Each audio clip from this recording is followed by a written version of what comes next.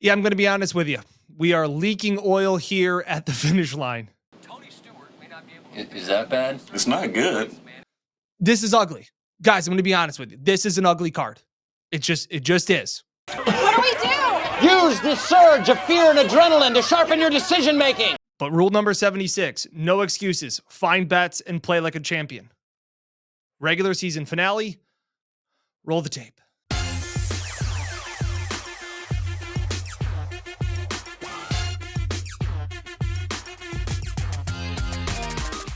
Hey everyone, and welcome back to another edition of Uncle Dan's Best Bets here on the Buffalo Plus YouTube channel, presented by Connors and Ferris. As always, please be sure to like, comment, and subscribe. Really appreciate it. 36,000 subscribers we are closing in on. Means a whole lot. And guys, we've done it. We have reached week 18, the final week of the regular season. Special shout out, as always, to Bob Johnson Auto Group, who has proudly been the sponsor this season of Uncle Dan's Best Bets. Buy, trade, lease, sell, whatever you need, head on out to Bob Johnson. We work with Daryl out in Leroy. We just got a brand new Telluride. We love it. So special shout out to them as we recap the season. Special shout out to them for sponsoring Uncle Dan's Best Bets. Like I said in the open, we are leaking oil here at the end. Need to hit the auto body shop. We need to get a tune-up. We need to try and find some momentum heading into the playoffs. I've said before, we will do Uncle Dan's Best Bets for as long as the Bills season goes. The problem is trying to find momentum in week 18 that just has massive lines. Everything's kind of screwy. It's kind of been tough. I'm going to be honest with you. Don't love the card. Like the card a whole lot more last week. The Bengals over. That was awesome. Awesome. One of our few hits this season that I can remember and go, that was sweet. Ian's daddy teaser won again. So I think that's like 11-2 on the season. He hasn't messaged me yet. He may drop that in the comment below. I may add that via social media. So make sure to follow me at Dan Fates on X over there. James Cook, not awesome. They kind of abandoned the run there in that game and got to pull all the starters out. Josh Allen also just didn't even need to really run the ball. So last week, 3-4. On the season, 66, 65, and 5. I have crunched the numbers. I have audited myself several times. My dad was even calling me out, trying to see if he knew what my record was. I'm very confident I am still one game over 500. That's not good enough. So we need to get hot, whether it's now or in the postseason, but we are running out of time. This is not the season we had 2 years ago or 3 years ago where we had 100 wins. I remember I held up a piece of paper. We're not there yet, but I still found in this ugly week 18 where teams are cashing it in. Some teams are already thinking about going to the Amalfi Coast, things like that. Some teams have everything to play for, trying to process all of it. There is data that shows out there that teams that have already been eliminated, that have technically quote unquote nothing to play for, still cover 60% of the time against teams that have everything to play for. So it's tough not to fall into that trap of, well, this team has something to play for, this team doesn't. Incentives is also screwy because you have to look at matchups. So I know like everybody's talking about the Mike Evans prop. They've upped the numbers so much. I use DraftKings. He needs 70, 80 yards to reach 1,000 or something like that. Needs 5 catches. The over-under is 100 yards for Mike Evans. I think they blow out the team. So are you really going to be playing Mike Evans later in the year for that or later in the game for that? I don't know, guys. I'm trying to stay away from incentive-based props. I don't know who's going to play or how long they're going to play.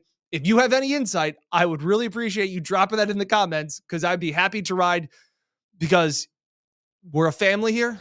Because we're a family. What? We're a family. A family. Yeah. And we need to find some winners. I'm doing my best. I haven't been great this year. Again, one game over 500 is not paying the bills. Hand up. But I still found 7 plays for this week. Go with another 7-pack. And we will start. I mean, I'm sure you knew this would be on here if you followed along. I'll take the Steelers plus 2.5 at home against the Bengals.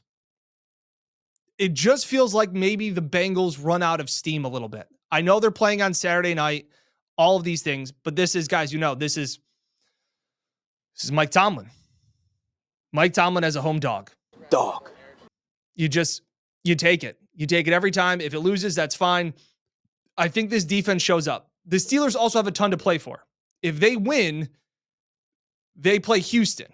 They have a chance to be at home, but more likely than not, they will go to Houston. If they lose, they may go to Baltimore. So they want to go to Houston. So Steelers have something to play for. I think the defense needs to get back on track. And this just might be a game where the Bengals just run out of this, not necessarily luck, but they run out of the steam. So I will take Tomlin as a dog. I don't love it. The Bengals are red hot. I understand all of those things. You just wonder if it runs out of steam here at the end emotionally. On the other side, that's what I'll take from Mike Tomlin as a home dog. I like the over in the Panthers-Falcons at 47.5.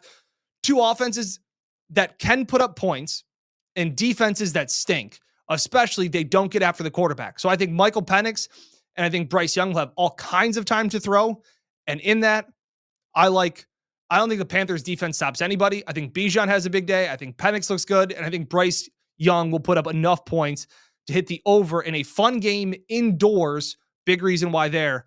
Falcons have something to play for, but the Panthers have some momentum. So I like this to be a high-scoring game. I like the Panthers-Falcons over 47.5. We'll go back to this one again. I've used this on both sides, so this is kind of double dipping. I like the Packers -6 in the first half. Why, Dan? Let me explain.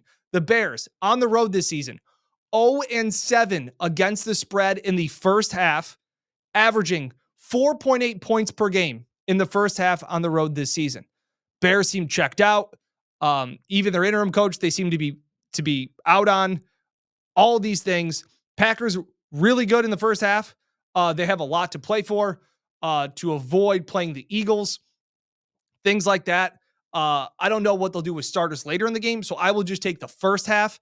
Packers -6 first half because the Bears and Caleb Williams historically this season have struggled on the road in the first half. So we will take the first half line there. Fourth pick. I don't really know why, because they have been one of the worst teams in betting history. But I will take the Titans -1.5 at home against the Texans. Will Levis is starting. He's not good. But some of these guys are auditioning because I don't think Brian Callahan's going to get fired. I like his energy. I think they have played hard for him this year. You're trying to find the teams that find something to play for. I think guys are auditioning for jobs, trying to put good things out there on tape. And I hate the Texans. I hate the Texans. I'm mad that we are going to have to watch the Texans wildcard weekend. I think that is a team that is completely checked out. I don't think they have any chance. But the Titans shouldn't be favored in any game. Why are they favored here? I don't know if the Texans, they're saying they may play their starters like a preseason game, like a drive or two to try and get some offensive rhythm. But what if they go 3-and-out? Do they then just pull the plug because they can't get anything going offensively against a bad Titans team? The Titans are 2-14 or 2-4. Yeah, 2-14 against the spread this year. Like historically bad. But I'll take them. It's the ugly pick of the week. I will take the Titans -1.5 because it makes no sense and the Titans shouldn't be favored against anybody. I'll take the Dolphins and the Jets under 39. And that is because the Dolphins are 4-1 to the under when Tua does not play, and they're only averaging 12 points a game in those games without Tua. On top of that, the Jets have scored 23 points in their last 2 games on offense. 14 of those have come when Aaron Rodgers is on the bench. So I'm out of the Jets, and the Dolphins don't score a ton. It's going to be cold in New York. Give me an under. Low scoring 16-10 game. Dolphins have something to play for. They're going to need a loss from Denver, and they could get in. They could be coming to Buffalo. I'll take the under 39 there in an ugly game at MetLife Stadium. The final game of the regular season, Dan Campbell, primetime. I just think he empties the clip. That is a huge game in the sense of, obviously we know that it's home field advantage. It's the bye. It is the NFC North title on the line. Vikings are really good. I tried to fade them last week, lost on the hook. But again, that number that we talked about last week, teams that are on an 8+ game winning streak historically are like 33% against the spread. I like the Lions under 3. So getting it at 2.5, I like. If it was 3, I'd probably pass. If you can get it at 2.5, I'd buy the point. And finally, last pick, Bills, Patriots. Give me the over. I don't think either of these defenses are very good. Let me check that. I don't think the Bills' backup defense is any good. I have seen them give up points and ruin unders before for me. I remember specifically the Colts game. The Jets picked on them. There is a difference between, look, everybody that is on an NFL field is a very good football player. There's no question about that. Not saying that. They're not. But there is a difference between being a backup or a third stringer going up against starters, even on a bad team. Brandon Codrington is going to be playing corner at some point for the Bills. He's the Bills punt returner. And so like when they catch touchdowns against him, like the Jets game, I'm going, well, yeah, he's the punt returner. They're going to have backups in this game. Both sides. I even think the Bills backups on offense. I think Ray Davis can have a good game. I think the offensive line, some of them will have to play. Mitch Trubisky started enough games. I want to see what Mike White can do. I think there'll be enough points in this game to hit the over. 36.5 just feels a little bit too low for me. This is ugly. Guys, I'm going to be honest with you. This is an ugly card. It just is. But we press forward. So there it is. That's the 7-pack. Need to stay above 500. And then let's get hot in the postseason. Uncle Dan's best bets will continue as long as the Bills are in the postseason. So there's the 7-pack of plays. Mike Tomlin as a dog, plus 2.5. Panthers, Falcons, over 47.5. Packers, -6 in the first half. Titans, -1. Can't believe I'm saying that. Bills, Patriots, over 36. Dolphins, Jets, under 39. Lions, -2.5. Give me the Fighting Dan Campbells to win probably one of the biggest game of the year. I'm so excited to watch that game on Sunday night. That is the final card. Appreciate Bob Johnson, Auto Group, as always, for sponsoring Uncle Dan's Best Bets.